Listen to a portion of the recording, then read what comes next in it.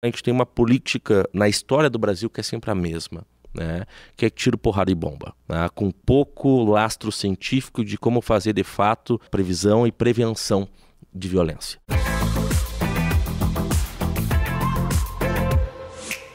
Olá, tudo bem? Eu sou o Jorge Alves Júnior e está começando mais um UXPlay Podcast com o tema O que o Brasil precisa. E nessa edição vamos falar sobre segurança. O nosso convidado é o professor de Direito Penal e Criminologia, Bruno Silveira Rigon. Professor, tudo bem? Muito obrigado primeiramente por ter aceito participar aqui do UXPlay Podcast. Tudo certo, eu que agradeço pelo convite, né? Espero que a gente tenha aí um podcast bem proveitoso, um debate, né, pertinente aí sobre questões que envolvem as temáticas de pesquisa. Com certeza vamos ter, professor, mas antes de nós entrarmos aí no tema segurança, que é um tema, né, complexo aí para a gente fazer uma análise, vamos conhecer um pouco da história do professor, né? Quando que decidiu entrar para o direito, para o curso de direito, né? Conta um pouco aí da sua história, professor. Claro, pode deixar. Na verdade, eu sempre conto para meus alunos, né, que eu estou no direito por causa do puxão de orelha da minha mãe, né? Porque eu tinha passado na PUC do Rio Grande do Sul e não queria, né, cursar naquele ano, mas a sabedoria materna, né, me puxou, me levou lá, me fez matricular, né? Eu queria ficar estudando para URGS, né? No fundo eu queria ficar fazendo festa com meus amigos, mas daí acabei me encontrando no curso, né? No início tive um pouquinho de dificuldade, né? Mas depois acabei pegando gosto, segui os estudos, eu tive muitas mudanças do que eu desejava fazer ao longo do curso, entrei com uma ideia, depois fui modificando, uma hora queria concurso público, outra hora queria advogar, né? E fui mais para o final do curso me encontrando na área da pesquisa. Quando eu fui fazer meu TCC, eu comecei a pesquisar, comecei a gostar daquilo e vi que eu tinha, né, digamos assim, um tino, né, para aquilo, gostava de estar na biblioteca, né, de ir atrás, escavando os livros, né, quase, e gostei muito daquela atividade. O direito penal sempre foi a área que eu tive mais afeição, né, ao longo da faculdade, que eu mais me dediquei. Eu sempre estudava com muitos livros, estava sempre, né, era uma referência entre os meus colegas, né, como que sabia mais direito penal, eles iam tirar dúvidas comigo, né, recorrer de algumas questões que eles achavam dúbias nas provas de alguns professores, inclusive alunos de outra turma. Então eu sempre fui conhecido ali entre o grupo que eu frequentava naquele ano, por estudar muito direito penal e segui os estudos de direito penal, depois fiz meu TCC na área, segui os estudos da criminologia, né? Então pronto, eu me formei, eu acabei ingressando numa especialização em 2012, né? Me formei em 2011 em 2012 cursei especialização em ciências penais, também na PUC, e que foi quase como um pré-mestrado, né? Foi uma capacitação para eu conseguir entrar no mestrado, e eu acho que foi um dos melhores períodos acadêmicos da minha vida, porque não tem tanta aquela pressão do mestrado, de publicações, a pressão da dissertação, né? Que é uma grande pesquisa que tem que ser realizada. Então foi um período que eu recém estava começando na advocacia, né? Estava devagar ainda, mas estava estudando muito forte, né? Então consegui ter um ganho de investimento intelectual muito grande naquele momento. Eu vi que a minha área de fato era a pesquisa, eu queria seguir, fiz o mestrado e passei, né? Então em 2013 eu entro no mestrado em Ciências Criminais na PUC do Rio Grande do Sul, curso 2013-2014, né, o mestrado, mas ainda assim não sabia que eu queria ser professor, né? Não sabia, só queria, né, o diploma, queria fazer pesquisa. Eu vou me descobrir professor no segundo ano do mestrado, quando eu curso uma disciplina chamada Metodologia do Ensino Superior, que no fundo ela acaba ensinando, né, diversas técnicas, métodos de como ensinar na universidade, e pela primeira vez eu tenho a visão da sala de aula do professor e não mais do aluno. E quando eu tenho aquela visão, eu me apaixono, né? Eu digo, não, eu preciso ser professor. Então, eu faço mestrado 2013, 2014, Entre esse período de 2015, dou uma aulinha aqui, outra colar, substituindo algum professor, aproveitando tudo que a oportunidade que surge. E em 2016 eu passo por um processo seletivo, vou dar aula numa instituição aqui em Garibaldi, né, começo a lecionar na graduação e desde então não parei, né? Eu tive esse período de 2016, 2017 nessa instituição. Um ano depois da aula, eu faço processo seletivo aqui para a UX, junho, julho de 2017, e começo no quadro docente aqui em agosto de 2017, estou completando aí 5 anos. Durante esse percurso aí também ingressei no doutorado em 2017, finalizei o ano passado, né, e estou sempre seguindo aí nos estudos. A docência para mim é uma paixão, assim como é a pesquisa, é algo que me move, né, me vejo como educador, né? Não consigo me ver desprendido desse papel. Gosta mesmo dos livros e das pesquisas, não é, professor? Isso a gente nota já na sua fala. Mas no período de adolescência, teve aquela dúvida em relação ao direito lá no início, quando, né, jovem ainda? Sim, teve. Eu não... Tinha algum outro curso assim que tinha em mente, professor? Eu gosto muito de animais, tinha pensado em veterinária, né, mas não lido muito bem com sangue, então tinha algum problema, né. Tinha pensado em administração também, porque meu pai é formado em administração. A minha irmã cursava direito, então acho que ela foi uma inspiração para seguir no curso, né. Minha mãe é formada em economia, meus pais foram bancários, né. E daí no fim eu segui as trilhas dos passos da minha irmã mais velha, 11 anos mais velha que eu, ela é advogada da União. E depois o meu pai, né, meu pai é administrador, trabalhou na Caixa Econômica Federal, depois teve uma imobiliária, trabalha com questões de direito imobiliário. E ele depois, mais tarde, eu acho que eu já estava no mestrado, não me recordo agora, ele ingressa no curso de Direito, né, ele se formou um pouquinho antes da pandemia começar, tá aí, né, o velho a toda, né, advogando, né, firme e forte, bem faceiro. Parabéns, parabéns. Professor, então aproveitando, né, e entrando direto no nosso tema, que é a segurança, falar de segurança pública no Brasil não é algo simples, né, professor? É um tema recorrente, vários governos já abordaram o assunto, né? A sociedade cobrando do Estado aí um posicionamento, um planejamento, uma estratégia, não é, professor? Como que você avalia e analisa a segurança pública no Brasil, né? E quais os caminhos você acredita que são importantes, necessários trilhar para uma melhoria nesse campo na nossa sociedade e no nosso país, professor? Pergunta ampla e complexa, né? Eu acredito que o caminho que nunca aconteceu no nosso país é aproximar a ciência de todas as instituições de segurança pública que formam, e a gente nunca conseguiu ter essa aproximação do conhecimento científico com as instituições, aproximar as universidades das instituições de segurança pública, de controle formal e também das de controle informal. O que nós temos, infelizmente, é uma política que independe de governo, algumas piora, né? Mas independe de governo, a gente tem uma política na história do Brasil que é sempre a mesma, né?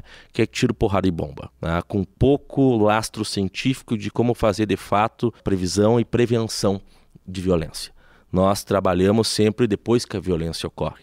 Nós não trabalhamos com medidas de prevenção de violência em todas as esferas. A segurança pública é muito amplo. Então, geralmente o sentimento de medo e insegurança que nós temos é da violência urbana, né? São de roubos, de assaltos, né?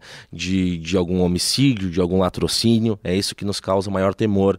Mas nós temos diversas outras epidemias de violência no nosso país, como a violência doméstica, a violência contra a mulher, né, a violência contra as crianças, contra os idosos, o racismo, entre tantas outras, que tem cada uma a sua complexidade, suas peculiaridades, e a gente nunca conseguiu enfrentar esse fenômeno de forma responsável em nível nacional, né? A gente tem diversas políticas municipais, estaduais, mas são muito mais políticas de governo que acabam não tendo uma implementação como política de Estado, né? Então a gente tem algumas boas experiências, né? Mas não conseguimos implementar de forma mais global, digamos assim, né? E acho que para mim o principal desafio é alinhar o conhecimento científico que nós temos e que já faz algum tempo que nós temos uma produção científica muito interessante, apesar das estruturas estatais não nos darem condições de dados estatísticos de muita confiança, porque nós não temos ainda muitos padrões e critérios objetivos a serem seguidos. Só para te dar a título de exemplo, tá? Cada delegacia é uma delegacia. A gente não consegue padronizar ali como que são os expedientes para fazer uma pesquisa. As pesquisas têm que ser tudo pesquisas empíricas, pesquisas de campo. É difícil de fazer algumas formas de mapeamento, né? E, portanto, de diagnóstico e possíveis resoluções de problemas, né? Então, nós temos um problema muito sério a respeito das fontes, né, das fontes, e inclusive de vez em quando a gente tem algum governo estadual, etc., que coloca sigilo nas fontes e torna ainda mais difícil a transparência desses dados para que nós cientistas possamos fazer as pesquisas, as avaliações dos diagnósticos e poder pensar em soluções, porque alguma solução aqui para o estado do Rio Grande do Sul pode dar certo, mas pode no Rio de Janeiro não dar. São questões que a gente precisa trabalhar sempre de forma local também, né? E para isso a gente precisa de dados de confiança e a gente precisa de investimento em ciências sociais, nas ciências humanas, porque são as ciências sociais que vão nos trazer esses dados e, infelizmente, a gente vem vendo, inclusive no âmbito universitário, que as ciências humanas e as ciências sociais não estão como um valor fundamental para a sociedade, para o governo e para muitas instituições. Elas são tidas como secundárias ou até como algo que não precisa ser investido, né? A gente vê aí diversos programas de pós-graduação sendo fechados, né? E isso é um problema, porque a segurança pública vai para muito além de polícia. Ela precisa ter todo um universo multidisciplinar que envolve serviço social, que envolve saúde pública, que envolve enfim, diversos serviços, inclusive de educação, né, para que a gente consiga compreender melhor o fenômeno, para conseguir lidar com ele de forma racional, né? Porque a gente vem lidando com ele muito mais de forma emotiva, né? A gente vê algum episódio de violência sendo divulgado pela mídia, a gente fica com uma sensação de insegurança e a resposta que a gente tem a isso geralmente são demandas de vingança, né? Ou anseios de maior repressão, de maior punição, de maior encarceramento, mas a gente não consegue analisar isso de forma racional e o problema é que isso é explorado politicamente, eleitoralmente, né, por Perfeito. diversos políticos populistas e demagogos de todas as linhas que vai da extrema direita à extrema esquerda passando pelo centro, né? Então isso é muito explorado, né? Então se utiliza muito a pauta da violência no nosso país para criar o que a gente chama de pequenos pânicos morais, né? Para nos amedrontar e o que geralmente a gente tem algumas legislações simbólicas que elas vêm apenas para dar uma injeção de tranquilizante na sociedade e dizer, fizemos alguma coisa, mas se modifica uma norma, uma lei, mas poucas políticas públicas são de fato implementadas que seriam elas as capazes de conseguir reduzir alguns índices de violência que já passaram dos limites toleráveis há muito tempo. Uhum. Professor, e a questão também da sensação de impunidade que a sociedade acaba percebendo, né? Eu coloquei aqui para a gente dar uma olhadinha, claro que você já lembra desse fato, sim, né? Realmente aqui a Polícia Rodoviária Federal impôs um sigilo de 100 anos aos procedimentos administrativos dos agentes envolvidos aí na morte do Genivaldo, né, dos Santos, que é um homem negro, né? Você citou aqui a questão das diferenças sociais, né? E uma viatura durante uma abordagem policial em Umbaúba, em Sergipe. Professor, como que fica a visão da sociedade diante da questão da segurança? Quem deveria lhe proteger, né, acaba agindo dessa forma, professor? Esse, para mim e para outros autores, é uma das piores formas de crime, porque justamente é isso. Quem deveria proteger é aquele que abusa do direito, né? Aquele que viola o teu direito, que é o Estado, né? É o agente público. Então, o cidadão fica sem ter quem recorrer, porque senão aquele próprio indivíduo é quem está violando, aquela instituição está violando seu direito, né? Então a polícia que deveria, né, assegurar o direito do cidadão é a que viola. Isso é problemático, né? Isso é muito... A gente pode fazer uma comparação com o abuso infantil intrafamiliar, né? Que o pai ou a mãe, né, ou o padrasto, etc., é aquele que abusa sexualmente do filho, né? É aquele que deveria proteger, é que abusa. Então o filho não tem a quem recorrer, né? Seriam os pais que deveriam salvaguardar os seus direitos. Então a gente pode fazer uma comparação. Por isso que os servidores públicos, né, têm como pauta o princípio da legalidade e eles deveriam atuar na estrita legalidade, né? Para mim, eu sempre uso uma metáfora. A legalidade é uma linha. O servidor público ele tem que andar nessa linha. Se ele dá um passo para o lado, para fora dessa linha, ele pode estar em omissão. E se ele dá um passo para o outro, ele pode estar em abuso de poder, né? E para mim, esse fenômeno da violência policial e da letalidade da violência policial, ele é um fenômeno complexo, mas ele tem algumas peculiaridades que a gente já sabe pelos dados científicos. Nós temos a polícia que estatisticamente é a que mais mata no mundo, né, os cidadãos, mas também é a que mais morre. É a polícia que mais morre, mas também não morre tanto em confronto.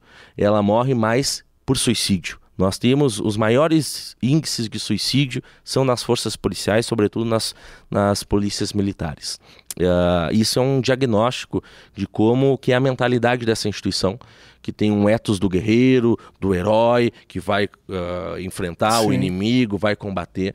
E isso é um problema da lógica do militarismo, porque o militarismo ele vai enxergar o cidadão como um inimigo, tá? E esse é o problema de ter forças militares atuando como forças policiais, né? E porque segue a lógica da guerra, que é a lógica do exército, né? E isso é uma herança histórica, cultural que nós temos, né? Diversos países passaram por processos de desmilitarização das polícias, ou pelo menos de uma mudança de uma cultura dentro das instituições militares, policiais, né? E a gente precisaria passar. Essa foi uma pauta que, inclusive, estava presente nas jornadas de junho de 2013, né? Que era a desmilitarização das polícias, era uma das pautas da sociedade, mas que ficou engolida por diversas outras e por aquele todo turbilhão de emoções que estavam envolvidos no processo político que seguiu desde então, né? Mas uma das questões que eu estudo já há algum tempo são os mecanismos de justiça de transição. O que é a justiça de transição? A justiça de transição são mecanismos jurídicos quando ocorre a passagem de um regime ditatorial, de um período autoritário, para um período democrático, dentro de um processo de redemocratização, como nós tivemos na nossa ditadura civil-militar. Antes da ditadura civil-militar tivemos a Era Vargas, que foi uma ditadura muito importante para compreender nossa segurança pública e o direito penal, o processo penal como um todo, tá? E um desses mecanismos da justiça de transição seria a reforma de instituições de segurança pública, não só de segurança pública, instituições estatais que estiveram diretamente envolvidas com o período autoritário. O que nós tivemos? Muitos países, o que eles fazem? Ao sair do momento autoritário e passando para o democrático, há um expurgo, né? Os servidores públicos que estiveram diretamente envolvidos na ditadura, eles são expulsos do serviço público, para que não haja contaminação com as ideias democráticas, com a cultura democrática que está tentando ser criada, né? O que nós tivemos foi contaminação das ideias. Por mais que a gente tenha tido políticas de implementação na formação dos quadros policiais de educação de direitos humanos e etc., né? Nós tínhamos, né, na teoria, né, os policiais sendo formados na lógica do Estado Democrático de Direito, mas na prática eles aprendiam de oficiais mais antigos, né, como que funcionava na prática o policiamento, com uma visão ainda autoritária, ainda do período ditatorial. E outro problema grave que nós temos na segurança pública específica é que a arquitetura da Ordem Constitucional de 88, do capítulo de segurança pública, ela modificou muito pouco da arquitetura da segurança pública da ditadura. Nós praticamente mantivemos a mesma arquitetura e não tivemos grandes reformas, porque por pressão dos militares, né? Isso a gente tem que falar no direito e é pouco falado. A gente vende a nossa Constituição como uma Constituição cidadã e democrática. Ela é, de fato, mas tem alguns pontos desta Constituição que teve pressão política das forças militares, do exército ainda à época, e que não conseguiram ter força na época para ser modificada. E o capítulo de segurança pública é uma dessas forças. E a gente nunca conseguiu fazer uma refundação dessas instituições de forma a zelar pelo compromisso da Carta Constitucional de 88, pela garantia dos direitos fundamentais. Né? E esse é o papel de todas as instituições, inclusive das instituições policiais, né? É garantir os direitos do cidadão, né? De todos os cidadãos, e não violar. O Estado ele não pode, a pretexto de combater o crime, cometer um delito, como foi neste caso que tu nos mostrou, né? A pretexto de combater um delito, vai lá a força policial e comete outro delito e mata um sujeito sufocado, né? Asfixiado até a morte, né? Então, isso é problemático, porque a lógica da guerra, ela internaliza isso. É uma lógica que vai legitimar uma ação arbitrária, uma ação ilegal, né, sob o pretexto de combater uma ilegalidade. Só que daí, eticamente, né, e juridicamente, o policial, o servidor público, se iguala àquele criminoso que ele pretendia combater. E o problema é muitas pessoas não se dão conta disso, inclusive muitos servidores públicos não se dão conta disso. Porque ao longo da história, os poderes policiais do nosso país tiveram pouca limitação.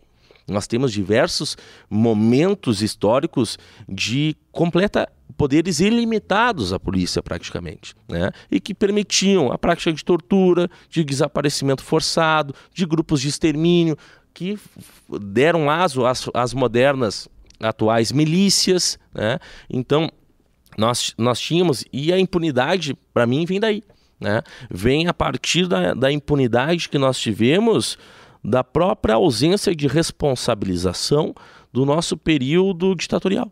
Nós não tivemos responsabilização dos agentes públicos que praticaram crimes contra a humanidade na época da ditadura. Tá? Mas muita gente foi perseguida, foi exilada, foi morta, né? Foi punida, né? pelos agentes da repressão. E isso é pouco trabalhado nos cursos de direito Brasil afora, né? E isso é pouco explorado socialmente, tanto que eu fiquei sabendo aqui que o Dopinha, que foi um centro de tortura em Porto Alegre, estava sendo anunciado no Airbnb como uma casa para ser alugada sem nenhuma contextualização do horror que aconteceu naquele local, né? Então, a gente não tem memória.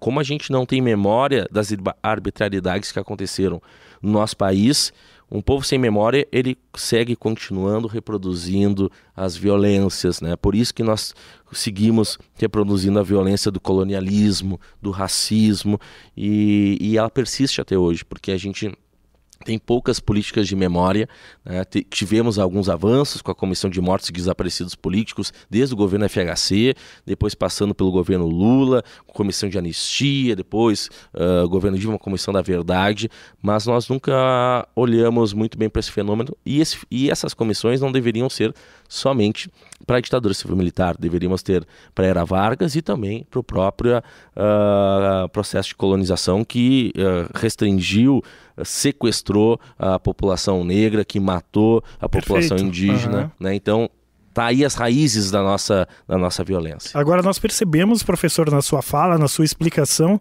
que a questão da segurança, ela é ampla, é complexa e engloba várias questões, como, por exemplo, educação, né, economia também para fazer esses investimentos, e o próprio servidor público, ele precisa também perceber que ele faz parte da sociedade, que muitas vezes aquele indivíduo que ele está ali reprimindo com a questão da força é um cidadão que morou ou mora no mesmo bairro dele. Então existe, professor, essa questão também ética e de preparo através de uma educação também para os servidores e as pessoas, né, que trabalham nesse campo, professor. Perfeito. E inclusive existem tendências de implementação de policiamento comunitário, né? De aproximar a polícia da comunidade como uma forma de fazer a gestão social daqueles conflitos daquela comunidade, né?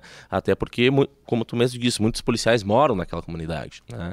E é uma perspectiva que já aconteceu em alguns municípios, alguns estados, algumas políticas que foram implementadas, algumas com sucesso, outras nem tanto, mas que muda um pouco do paradigma, né? Muda um pouco da visão, da mentalidade belicista, da mentalidade guerreira, da mentalidade militaresca, que é somente com base na repressão, porque introduz o diálogo, né, na mediação de conflitos, né? Então acho que o que a gente precisa é estabelecer uma nova cultura, né, nas instituições e na sociedade, para resolver os nossos conflitos de forma diferente, de forma menos violenta, né? Porque a gente acaba apostando na violência há muito tempo e como retorno a gente tem violência.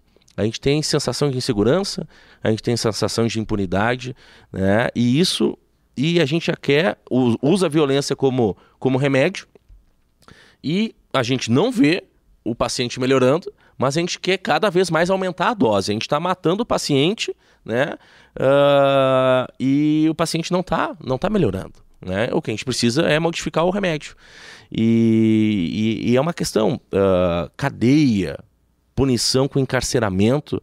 Isso, a metáfora que eu usaria isso deveria servir como quimioterapia para paciente para câncer. A gente não pode usar o tratamento de quimioterapia para quem está com unha encravada. A gente tem que resolver de outro jeito, chama um podólogo, né? Para resolver. Então, questões que são mais leves, que são menos graves, a gente deveria ter outros mecanismos de resolução de conflitos. Então, acho que isso ajudaria a contribuir para uma mudança de uma visão cultural, e o que os servidores públicos precisam se conscientizar é que apostar nessa lógica vitimiza eles também, sobretudo, porque os policiais militares são os que mais morrem no mundo, a nossa polícia militar, né? E são os que mais se suicidam porque se colocam, porque a polícia se coloca nessa posição e a sociedade coloca ela nessa posição de guerra, né? E ninguém que vai para uma guerra volta com a saúde mental intacta, né? A gente vê aí quem retornava das guerras do Vietnã, etc., com novos transtornos que depois sequelas que foram diagnosticados depois como transtorno de estresse pós-traumático, etc. E o pior ainda dessas instituições é que eles veem qualquer tipo de emoção como fraqueza, né? Como algo de vulnerabilidade, né? A emoção de fato é vulnerabilidade, mas não é fraqueza, é força, né? Um indivíduo que consegue falar é um indivíduo que vai ter mais força, que consegue falar sobre suas dores. Então a gente precisaria também falar em políticas públicas de acolhimento, de assistência psicossocial, né, para os nossos servidores públicos da área policial, né, para que eles não sofram tanto com a carga de estresse que eles assumem e que a eles é colocada, né, e que eles consigam entender que essa lógica, né, é uma lógica que vitimiza também a eles, e eles têm muita sensação de estarem sempre enxugando gelo, né, porque eles acham que a função deles é simplesmente prender. A função deles não é prender. A função deles é assegurar direitos dos cidadãos. E para eles assegurarem direitos dos cidadãos, eles precisam primeiro ver o outro como cidadão e não como inimigo. Perfeito, professor. E você falou sobre cadeia, né? Não tem como fugir desse sistema que a gente sabe que não funciona, não é, professor? Qual a sua avaliação sobre o nosso sistema, as cadeias, nosso sistema penal, enfim, né? Tem toda essa contextualização em cima disso, que as pessoas acham que é mais policiais na rua, é um discurso, né, recorrente, que a gente sabe que não funciona. Mais policiais na rua, mais tecnologia, mas não é isso, né? E colocar o pessoal lá na cadeia que não, a gente sabe que não resolve, né, professor? Exato. Se a cadeia funciona para alguma coisa, para aumentar a violência. Perfeito. Né? Isso a gente já consegue diagnosticar. Sim. Né? Por isso que a gente, da área científica, da criminologia, a gente aposta no desencarceramento. A gente precisa criar políticas de desencarceramento, de reduzir os índices de encarceramento. Apostar, de repente, em políticas de penas alternativas, que nós já temos na nossa legislação, de implementação de outras medidas, né? Hoje em dia se fala muito em justiça restaurativa como uma forma de resolução dos conflitos de uma maneira mais pacífica, mais harmônica. Obviamente que tem alguns delitos graves que a gente não vai conseguir evitar e fazer esse tipo de mediação, mas a gente precisaria fazer uma transformação naquilo que é o objeto do nosso interesse de fazer a investigação, processamento e as eventuais condenações. Eu lembro muito de uma fala de um atual desembargador, numa palestra aqui na UX, Sidney Brususka. Ele dizia que logo que ele era juiz, quase não tinha um processo por tráfico de drogas, embora já existisse legislação. Não era objeto de interesse da política criminal fazer esse tipo de repressão. Mas com o contexto da guerra às drogas, né, foi aumentando isso e houve um boom de encarceramento por questões relativas à lei de drogas, né? O nosso encarceramento em massa está muito relacionado pela política criminal de drogas que nós temos.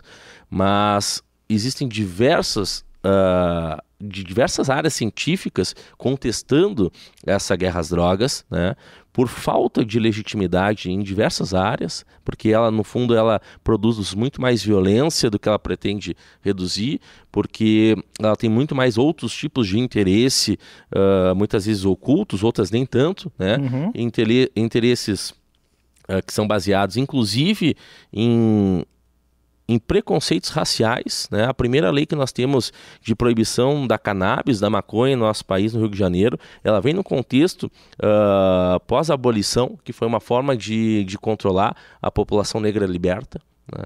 E a guerra às drogas nos Estados Unidos, que a gente importa, ela está diretamente relacionada com o racismo de lá. E a gente precisa olhar com isso os interesses políticos, né, de manter uma população controlada, os interesses econômicos por detrás, tudo que fomenta de possibilidade de organização criminosa, de lavagem de dinheiro, tudo isso são interesses que muitas vezes não são o que o discurso jurídico diz. O discurso jurídico diz não, a gente tem essa lei de drogas e ela visa proteger a saúde pública. Mas se é a saúde pública, vamos tratar as drogas e o uso e etc. como um problema de saúde pública, né? A dependência química como um problema de saúde pública. Vamos, ao proibir, a gente acaba fechando muitas portas para fazerem investigações com algumas substâncias que são consideradas ilícitas no nosso país, e em outros não. Só a título de exemplo, a própria maconha, ela é utilizada em diversos países como uma porta de saída de dependência química por substâncias mais graves. Então, a gente precisaria rever e repensar a política criminal de drogas para poder modificar essa política penitenciária que simplesmente busca prender e jogar um monte de gente lá como se fosse um grande depósito do lixo social. E a gente sabe que, em regra, na maior parte das cadeias no Brasil, se perdeu o controle. O Estado perdeu o controle, elas são dominadas por facções, né? Vige uma completa ilegalidade. É uma gestão de ilegalidade que os diretores, né, dos presídios acabam tendo que fazer. E é um problema que só se retroalimenta, né? Se retroalimenta, tu vai prendendo gente por um delito que não é tão grave, né? Um delito que não envolve violência ou grave ameaça, como diversas situações de tráfico de drogas. É um comércio. É um comércio que foi colocado num mercado ilegal, mas que poderia estar no mercado legal, né? Se a gente for olhar notícias do início do século XX... E é um assunto, desculpa lhe interromper, mas é um assunto polêmico também, essa parte que você apresenta, né, professor? Eu adoro polêmica. Exatamente. E nós temos, professor, também 40%, né, dos presos que estão lá dentro da cadeia aguardando ainda um julgamento, né? Exato. E às vezes ficam muito mais tempo lá dentro do que quando é dada a sentença, é uma sentença menor. E isso agrava também a situação, professor? Muito, muito. E nós, do direito, já tentamos, né, com modificações legislativas, acabar com esse fenômeno, né? Reduzir os índices de encarceramento cautelar, são as prisões preventivas, né? São as prisões que ocorrem antes do trânsito em julgado, da sentença penal condenatória e da condenação, né? Porque, para esclarecer para o pessoal que é, né, mais leigo, né? Todos nós somos presumidos inocentes até que haja uma decisão que não possa mais ter recurso, né? Até lá nós somos presumidamente inocentes, desde antes até ao fim. Só depois nós podemos ter uma pena, e no caso aqui a principal é a pena de prisão. há possibilidade de ficar preso durante a investigação e processo, como em algumas situações, e aqui a principal é a prisão preventiva, né? Que é esse encarceramento que nós temos no nosso país que gira em torno de 40% pelas últimas pesquisas, né? E isso é problemático, porque o indivíduo ele é presumidamente inocente, mas ele está sendo tratado como culpado. E nós temos aí também investigações que mostram como há uma tendência de confirmação dessas prisões preventivas em sentenças condenatórias, porque o juiz que decreta a preventiva, ele acaba fazendo um pré-julgamento daquele caso e ele tem uma contaminação psíquica e ele acaba vindo a condenar. Mas temos casos sim que há absolvição e que o indivíduo passa anos preso ou meses, né, e não tem uma condenação confirmada ou tem uma condenação com uma pena inferior ao tempo que ele ficou. Isso não é raro no sistema, né? E isso deveria ser a exceção. A prisão preventiva deveria ser a exceção, ela é usada como regra, porque nós usamos ela não com a finalidade jurídica, né? Que é de proteger a investigação, o processo, etc., o bom andamento do processo, entre outras questões. Nós usamos a prisão preventiva e o encarceramento no nosso país como um mecanismo puro e simples de controle social daqueles que nós queremos excluir da sociedade. Certo, e eu vejo, professor, também se falar muito em tecnologia para combater a questão do crime, mas não é apenas isso, né, professor? Tecnologia ela não vai resolver. Nós temos questões que você traz aí que são extremamente importantes para a nossa reflexão. E existe, professor, também a questão, você falou da guerra, né? Do estresse das comunidades, do pessoal mais humilde, mais pobre que sofre com isso e isso acaba vindo à tona na sociedade, né? Não sei se você chegou a acompanhar algum estudo, alguma questão nesse ponto, gostaria que você comentasse, porque realmente é muito grave e estão sendo feitos trabalhos em cima, né, desse estresse pós-traumático em cima da sociedade com relação à questão da segurança e o todo, não é, professor? Que não é só apenas segurança, é pandemia, é economia, é falta de dinheiro e também nas comunidades mais pobres que sofrem mais, como sempre, né? Exato. As pesquisas mostram, né, que o índice de confiança das comunidades que são mais vulnerabilizadas nas forças policiais é baixíssimo, né, porque elas estão acostumadas a receber do Estado apenas a força policial e a força policial repressora, que muitas vezes acaba violando direitos, né, e a gente tem diversos movimentos, né, que tentam resistir, né, a essa violência desmedida que ocorre muitas vezes e deixa, de fato, a população numa situação de muita vulnerabilidade, né? De muita fragilidade emocional, social, política, né? E com muitas justificativas absurdas de ações ilegais e indevidas, né? De mortes, de assassinatos que são praticados, né? O cara tava furando a parede e foi confundido com uma metralhadora, tava com skate, foi confundido com uma metralhadora, o cara tava no carro e foi metralhado, né? Enfim, o grande problema no nosso país é que não importa tanto se a pessoa cometeu uma ilicitude, importa muito mais o CEP que ela mora e a cor de pele dela. Tá? Se ela é preta, se ela é parda, né? Nós temos ainda um histórico que vem do processo de escravização, de controle da população não branca, digamos assim, a partir do sistema penal, a partir dos mecanismos formais do Estado, porque houve todo um projeto eugênico, higienista no nosso país, de embranquecimento da população, de favorecimento da população dos imigrantes europeus que ganharam terra aqui para trabalhar, mas não tivemos um processo de inclusão social da população negra recém-liberta e sem falar da população indígena que até hoje estamos em guerra, né? Massacrando, né? Cometendo ecocídio contra, né? a fauna, a flora, né? Praticando genocídio, inclusive, contra a população indígena e em alguns lugares contra a população negra e isso de fato é necessário ser dito para que haja um processo de conscientização de que a violência afeta mais uns do que outros. Tá? Há uma desigualdade na distribuição da violência no nosso país. E muitas vezes nós achamos que nós, né, classe média, universitária, somos os mais afetados. Nós somos os menos afetados, né? Quem é mais afetado e vitimizado são as populações vulnerabilizadas, né? São as comunidades que são economicamente mais desfavorecidas, etc., que não têm tanto apoio do poder público e etc., né? É ali que a violência ocorre. E a tecnologia pode sim nos ajudar a reduzir a violência, né? Claro, ela não é uma tábua de salvação.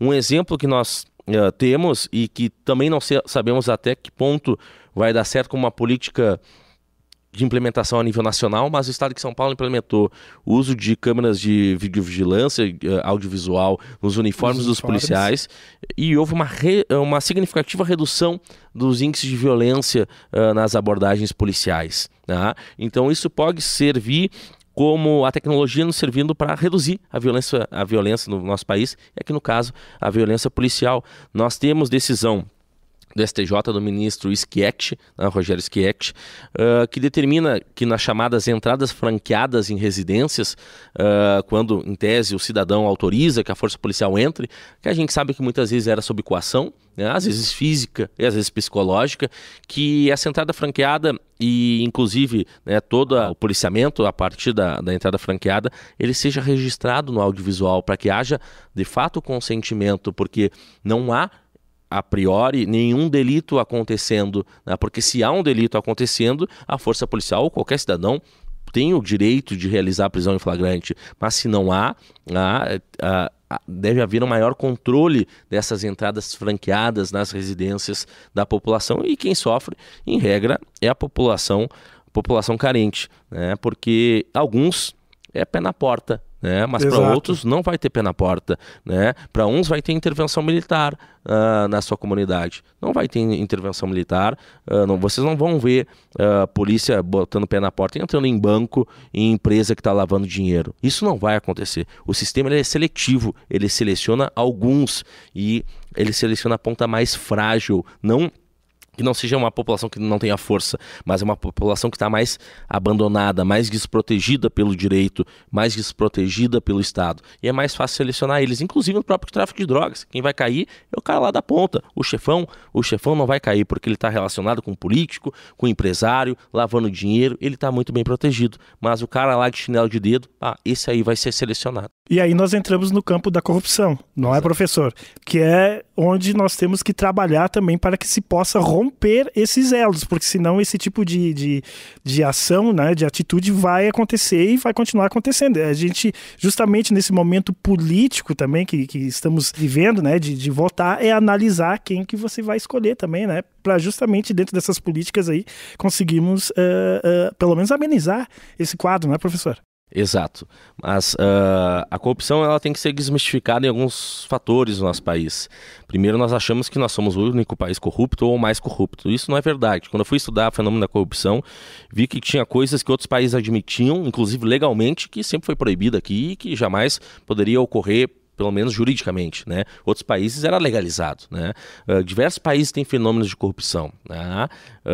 O nosso também, né? Então a gente não pode acreditar, né, naquela síndrome do vira-lata que nós somos o pior país, né, em termos de corrupção. Existe corrupção? Existe sim, né? E ela é um problema, né? Ela é um problema, ela ocorre no sistema penal, a gente vê, né, negociações entre presos com agentes penitenciários, etc., né? Enfim, se chega droga e se chega armamento dentro do presídio, né, é porque há algum fenômeno de corrupção que possibilita isso, né? Mas eu acho que ela vai um pouco para além da política eleitoral, né, que também é importante. Ela passa por uma questão cultural. Porque a corrupção que acontece na administração pública e privada, né, eu acho que a Lava Jato veio mostrar muito essa relação promíscua entre empresas e poder público, né, e muitas vezes a gente só pensa no poder público, não, mas também a gente tem que pensar nesse fenômeno na esfera privada, né, mas o que a gente precisa focar é numa questão bem central sobre a corrupção, que diz respeito a esse caldo cultural de reflexo da sociedade, né? Porque uma sociedade que os alunos vão assinar a lista de presença para o outro, para ganhar presença, que vão colar na prova, que vão furar na fila, que vão tentar dar um jeito de tapear o colega e etc. Isso são tudo micropráticas de corrupção que são reflexo, né? E a gente vê depois com os profissionais se formando,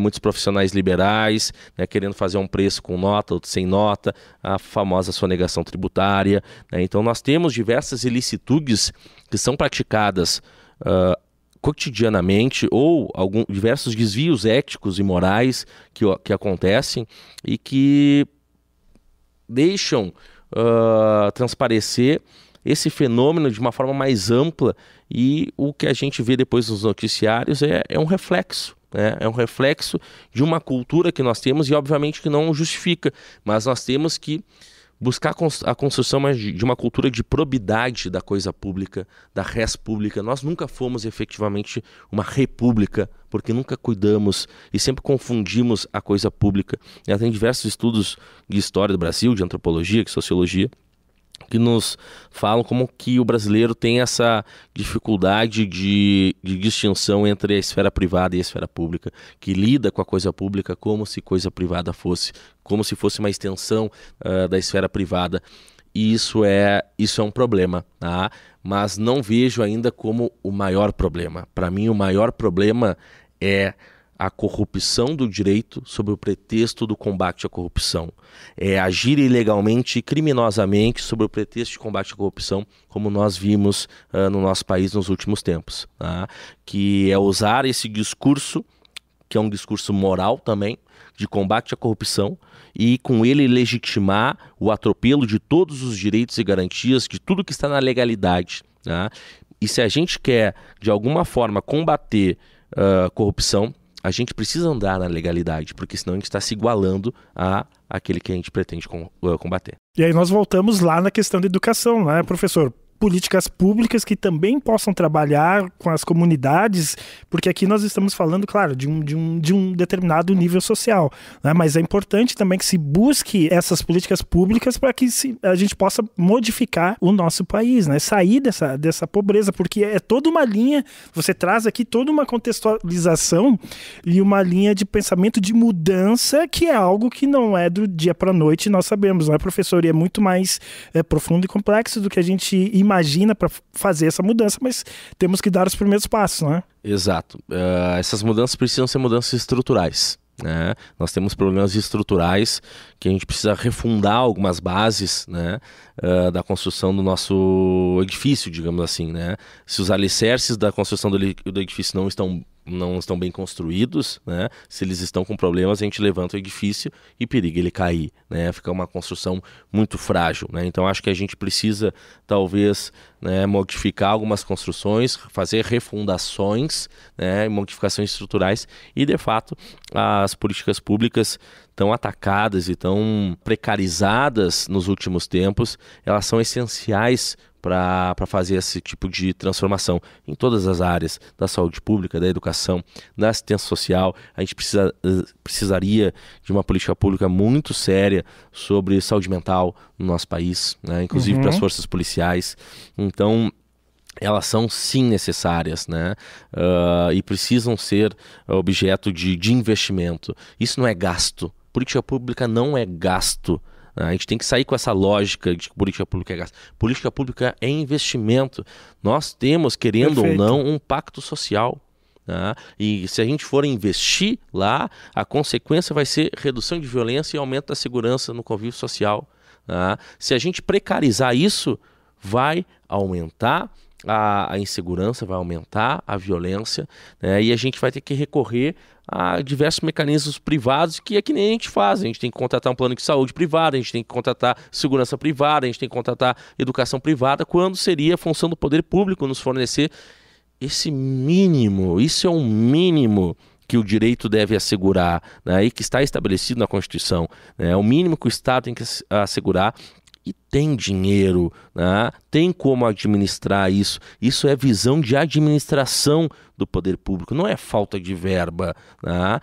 Pura e simplesmente. Em alguns momentos mas é como administrar esses recursos. Agora, quando o poder público, professor, ele delega para o cidadão a responsabilidade de sua segurança, vamos falar na questão de flexibilização das armas. Isso é um sério problema. Como que você observa e avalia essa questão, professor? Isso é muito perigoso, porque tu está terceirizando pro cidadão a função de segurança. Tu está dizendo, nós estados falimos, não temos segurança, então vá, se proteja cada um por si. E o que mais me admira são os policiais defendendo isso, sendo que eles seriam os mais afetados por uma flexibilização. Porque hoje, ou pelo menos há pouco tempo atrás, um policial sabia que se ele encontrasse alguém com uma arma, ou era um policial, ou era alguém com uma arma ilegal, ou poucos que teriam um porte legal. Possivelmente ele estava diante de um criminoso, né? E agora, com uma flexibilização, ele vai ter maior dificuldade de fazer essa distinção. Tá? Perfeito. E nós temos diversas pesquisas que mostram que a maior circulação de armas na sociedade podem propiciar maiores índices de violência, sobretudo em conflitos mais banais, né? Por uma briga de família, por uma briga de esporte, uma briga no trânsito, né? E isso é problemático porque isso são algumas situações que a gente já tinha conseguido enfrentar e já tinha conseguido resolver. A gente está voltando a tentar criar velhos problemas, né? E acho na minha visão, que é muito mais uma política populista com diversos interesses de lobbies de diversas indústrias armamentistas, tá? Que existem no nosso país, em outros países, que buscam a expansão dos seus negócios, né, sobre o discurso de maior segurança, mas que é um discurso ilusório, que não nos causa maior segurança. Pode aparentemente nos dar uma ilusão de maior segurança, mas é uma ilusão. Tá? E possibilita, sim, que diversas violências que já tinham sido erradicadas, não erradicadas, mas que já tinham sido minimizadas, voltem a acontecer, e dentro de um contexto de uma tensão social muito grande que nós temos, e dentro de um contexto, sobretudo, de uma cultura altamente violenta que nós temos no país. Isso é algo que a gente precisa desmistificar também. Nós temos um discurso de que que o Brasil é um povo pacífico, ordeiro, né, porque tem carnaval, só quer saber de festa e é tudo tranquilo. Não, nossa formação histórica do nosso país foi realizada com base na violência. Sim. E é fundado com base na violência, do sequestro, da morte, do constrangimento, do estupro, né? Mais de alguns, e são esses que sofrem até hoje, e esse histórico de violência ele permanece. Para mim, essa violência da fundação, digamos assim, desse Brasil pelo colonialismo, é a violência que segue sendo perpetuada, porque são grandes traumas históricos e sociais que não deixaram de ser conduzidos. E quem vai ser mais vitimizado vai ser ainda, sim, a população vulnerabilizada, que não vai ter condição financeira de contratar esse armamento. Isso é a população de classe média, né, que se sente atemorizada, que quer comprar uma arma e quer se sentir no direito de matar alguém caso chegue próximo ou chegue próximo da sua residência, né? E é completamente compreensível a sensação de insegurança que nós temos, mas essa aposta não é a melhor aposta. Com certeza, professor, e você traz na sua fala, e os dados comprovam isso, 70% da população que é contra a questão do armamento são pessoas negras, de baixa renda, e os que são a favor justamente classe média alta, né, professor? Então isso é de se pensar. Até dentro da construção do seu raciocínio, da sua fala, nós trazemos também para a questão racial, porque até há pouco tempo o Brasil era um país que não era racista, o Brasil era um país da paz, e a gente sabe que não é bem assim. E isso tem influência também, não querendo polemizar aqui, professor, mas de governos, né? Isso muda de um governo para governo. Vamos polemizar. Eu gosto de polêmica, mas tu tá perfeitamente correto, tá? E isso mostra ainda mais a lógica de proteção maior do patrimônio e da propriedade do que da vida de cidadãos, porque alguns são considerados subcidadãos ou não cidadãos.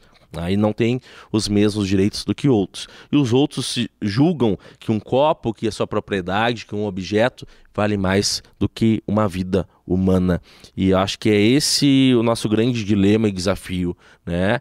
É humanizar, né, a nossa sociedade brasileira, enxergar o outro como um humano, como um semelhante, como um igual, e a gente ainda não tem. E isso passa muito pela população negra, mas passa também pelas mulheres, né? Passa pelas crianças que os pais acham que são objeto de propriedade, podem bater e fazer o que quiserem nas crianças e depois não querem que reproduzam uma lógica violenta, passa pelos idosos que são abandonados pelas famílias, né? Então passa pela própria população LGBTQIA+, né, que sequer é reconhecida em diversos dados de pesquisa oficiais do Estado para conseguir fazer um mapeamento oficial dessas violências e que acabam tendo que recorrer a ONGs e outras organizações para fazer a pesquisa da vitimização que elas sofrem, né? Então, sim, né? É um grupo privilegiado que defende esse tipo de política, tá? Mas esse grupo privilegiado ele precisa passar por um constrangimento e um choque, né?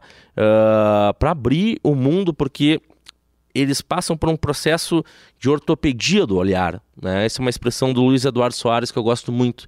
É um olhar ortopédico, né? Que como um cavalo que tu coloca aqui do lado e ele só consegue ver para um lado, né?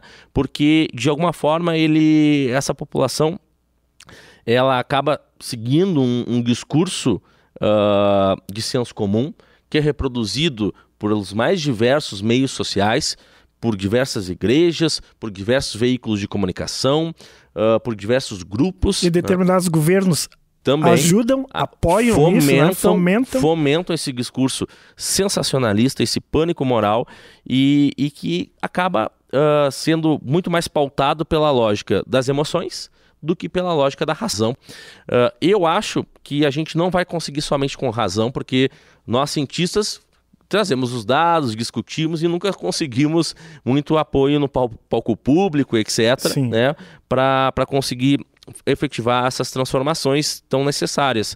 Acho que a gente precisa criar espaços de acolhimento dessas dores e dessas emoções, porque de fato a população de classe média tem razão de que a violência ela já passou dos índices aceitáveis, né, e tolerados numa sociedade minimamente segura e democrática, mas ela também tem que tomar consciência que ela não é o principal alvo da vitimização, da violência, que tem muita gente que sofre muito mais violência do que ela e desde que nasceu, né? E uma violência que ela não é capaz de compreender simplesmente frequentando os seus grupos, né? Por isso que é tão importante políticas de inclusão social, né, em nível de educação, de contato esportivo, entre tantos outros, né? Porque daí tu consegue humanizar um trato, vendo a pessoa no olho, sentir a dor do outro. E sentindo a dor do outro, tu consegue de alguma forma te transformar tua visão. Tá? Então, para mim, acho que isso é o mais necessário e urgente, né? É que a gente consiga voltar através do afeto e da razão, dessa combinação, a conseguir dialogar e conseguir enxergar que aquilo que alguns dizem que é mimimi é uma dor profunda na existência do outro, né? É uma ferida que existe e que está aberta, né? E que quando estiver aberta vai continuar produzindo violências. E que tem uma história que as pessoas, muitos desconhecem, outros não querem, né, conhecer, e faz parte de todo esse processo de sofrimento, não é, professor, que temos até hoje. Tem um sociólogo, Emile Durkheim, ele faz uma analogia, né, da sociedade com o corpo biológico, que todo o corpo ele tem que estar integrado, todas as partes têm que estar integradas para que funcione bem. Assim é a nossa sociedade, assim é a segurança integrada com todo o contexto, com todo, né? Exato. O Durkheim, entre outros autores das ciências sociais, buscaram superar aquilo que na criminologia a gente chama de positivismo criminológico. Isso é importante para que entendam de onde é que vem o racismo. Porque o racismo, ele, nesse momento do positivismo criminológico, do darwinismo social, das ideias eugênicas, ele ganha uma roupagem científica. Ele entra nas universidades e ele entra como política de Estado. E, de fato, aí não política de governo, política de Estado no nosso país. E não só no nosso país, em outros também, mas no nosso país, que é o que a gente está debatendo. O positivismo criminológico de construção do século XIX, cujo grande expoente foi Lombroso, mas aqui no nosso país tivemos outros, Nina Rodrigues, entre outros, né? Ele parte de uma noção muito estreita e determinista de relação de causa e efeito. Portanto, o indivíduo tem uma causa, consequente ele vai ter um efeito. O indivíduo nasceu não sei aonde, ele vai ser criminoso. Ele tem uma cor de pele tal, ele vai ser criminoso. E assim por diante, né? É aquela ideia do pau que nasce torto não se endireita, né? Então, nós temos diversos discursos na nossa sociedade e que estão impregnados na mentalidade da sociedade e das nossas instituições que são de lá ainda. É lá do século XIX, né? A gente está no século XXI pensando com a cabeça do XIX, assim a gente nunca vai avançar, tá? Por quê? Porque essas ideias, apesar de já terem sido superadas por Durkheim e por muita gente depois, nós temos mais de século depois de construção de conhecimento científico na área, elas são as ideias que entraram e se enraizaram no nosso país. Então a gente ainda está lutando na área da criminologia, que é a minha área de pesquisa, na área do direito penal, a gente ainda está lutando contra essas tendências do positivismo criminológico que, de alguma forma, conseguiu fazer esse enraizamento cultural do racismo com uma pretensão científica no nosso país, né? Então, por isso que a gente associa alguns grupos de indivíduos a criminosos e outros não, né? Por isso que a gente, quando a gente olha um engravatado branco, a gente não pensa que é um bandido, né? Mas quando a gente vê um jovem com um boneco de abarreta, né, com um capuz, né, com um canguru, a gente associa ele a um traficante, a um criminoso, né? Porque isso é uma mentalidade que vem desde essa construção científica que foi superada cientificamente há muito tempo, mas que é tipo... Eu gosto de uma expressão de um criminólogo inglês, que é o Keith Hayward, que é criminologia zumbi, né? É uma ideia que já morreu, né? Mas que continua viva, devorando muitas pessoas, né? Professor, falamos aqui sobre ciência, tecnologia, humanização, né? E diante dessa análise toda, que recado você deixa para a sociedade? Justamente, acho que aproveitando esse gancho, né, da questão da gente se aprofundar, estudar a questão histórica, não ter um pensamento comum, não ir atrás de frases feitas, né? Que mensagem você deixa, professor, passou voando o nosso horário, né? Para o nosso internauta aqui, para a nossa audiência. Não caiam em discursos populistas, não caiam em discursos demagógicos que buscam soluções simples para problemas complexos. Problemas complexos são resolvidos de forma complexa. E complexo aqui, não no sentido de difícil, no sentido de que há uma teia de fatores que influenciam para aquele fenômeno e a gente precisa olhar todos esses fatores e diagnosticar para conseguir enfrentar esse fenômeno, tá? E que vai passar por diversas outras áreas. Segurança pública não é simplesmente polícia, tá? Segurança pública precisa ser pensada de uma forma muito mais ampla, tá? Então o recado que eu tenho para dar é esse: chequem fontes de informação, busquem informações mais verdadeiras, informações de maior qualidade e confiabilidade. Entrem no Fórum Brasileiro de Segurança Pública, eles são o principal fórum de produção de conhecimento na área da segurança pública do nosso país. Tem informes anuais, sempre atualizados. Busquem informações de pesquisas científicas produzidas por universitários ou reportagens jornalísticas que tragam essas fontes científicas e não simplesmente o blog do Zezinho, do Joãozinho, que não tem respaldo e crédito nenhum. Uma coisa, pessoal, é opinião. outra coisa é fato científico. O cientista, ele se curva ao fato científico, ainda que não seja a visão ideológica dele, ele é obrigado a se curvar, porque isso é uma questão de honestidade intelectual e de integridade da ciência, né? Então, por mais que não seja aquilo que a gente mais gostaria que fosse, se a nossa pesquisa nos leva àquele resultado, é aquele resultado e a gente abre para a comunidade acadêmica, para a comunidade científica, contestar aquilo, né, com base em outras investigações, questionando a nossa metodologia, né, e isso é público, né? O problema de opinião é que uma opinião ela não pode ser contestada se tu tem uma opinião enraizada, né? Então, busquem checar as fontes, façam o papel de vocês. Existem diversos veículos ajudando a ter uma informação sobre segurança pública de confiança, de qualidade, né? E a gente precisa voltar a ter credibilidade na função do jornalista, na função dos jornais, de seriedade, e saber que sim, são veículos que têm uma orientação ideológica. Alguns a gente consegue identificar mais claramente, né? Mas que isso precisa ficar transparente, né? E também saber que os veículos de confiança vão fazer uma reportagem jornalística de confiança, né? Com dados de confiança, né? E que a gente precisa também, se for o caso, se achou alguma coisa estranha, vá atrás e vá pesquisar para ver se aquilo de fato é verdadeiro, mas não dá para ficar simplesmente mais acreditando e compartilhando notícia falsa e acreditando no tiozão do WhatsApp. Perfeito, professor, perfeito. Muito obrigado pela sua participação, pela sua presença. E antes, professor, da gente encerrar, o tema com certeza é importante, mas quero conhecer um pouco do professor agora nesse final do nosso podcast, né? O que gosta de fazer quando não está dando aula? Gosta de cinema, teatro, música, quando não está aí com os alunos, enfim? Gosto bastante de artes em geral. Opa. Né? Tanto que na própria academia eu tenho um livro que eu organizei que é sobre criminologia e música brasileira, porque tenho a paixão pela MPB.